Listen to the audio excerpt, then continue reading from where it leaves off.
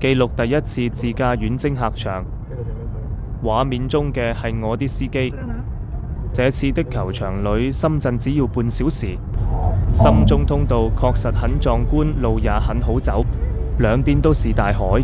只是今天風很大，車都有點飄起來的感覺。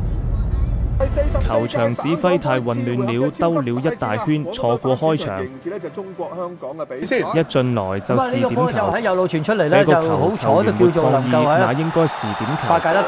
我純粹不中意呢個裁判，看了好多次，他執法個比賽質量好低，關鍵他還是中超牙哨。以後用外籍裁判吧，這樣都沒話說。香港球員能不能打起精神來？亞洲杯出局後就進入度假模式一樣，對唔住我哋。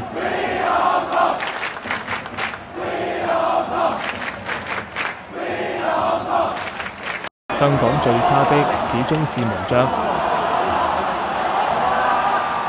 還不如交棒。這球丟的太輕鬆。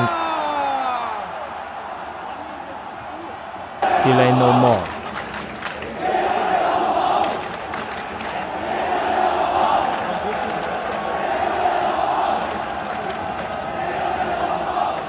0-2了，仲沒醒嗎？需要我哋叫醒你哋。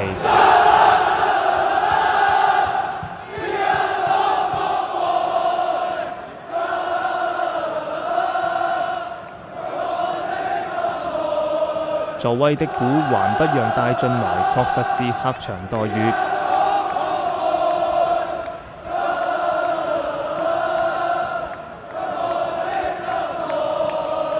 下半場孫領扳回一球，光顧着看球了。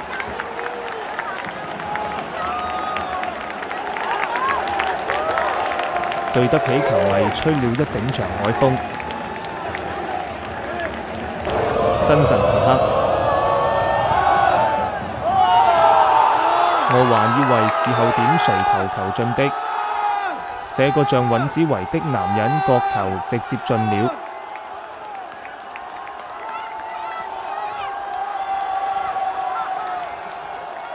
還有希望，加油 ，boys！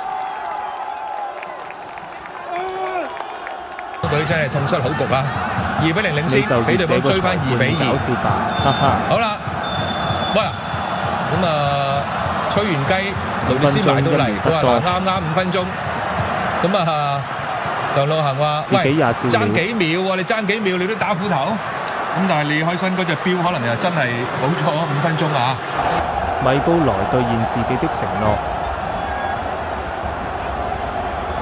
穩穩打進。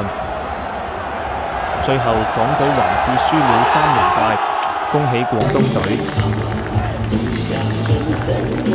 ！As up boys, next year win back， 明年加油啦！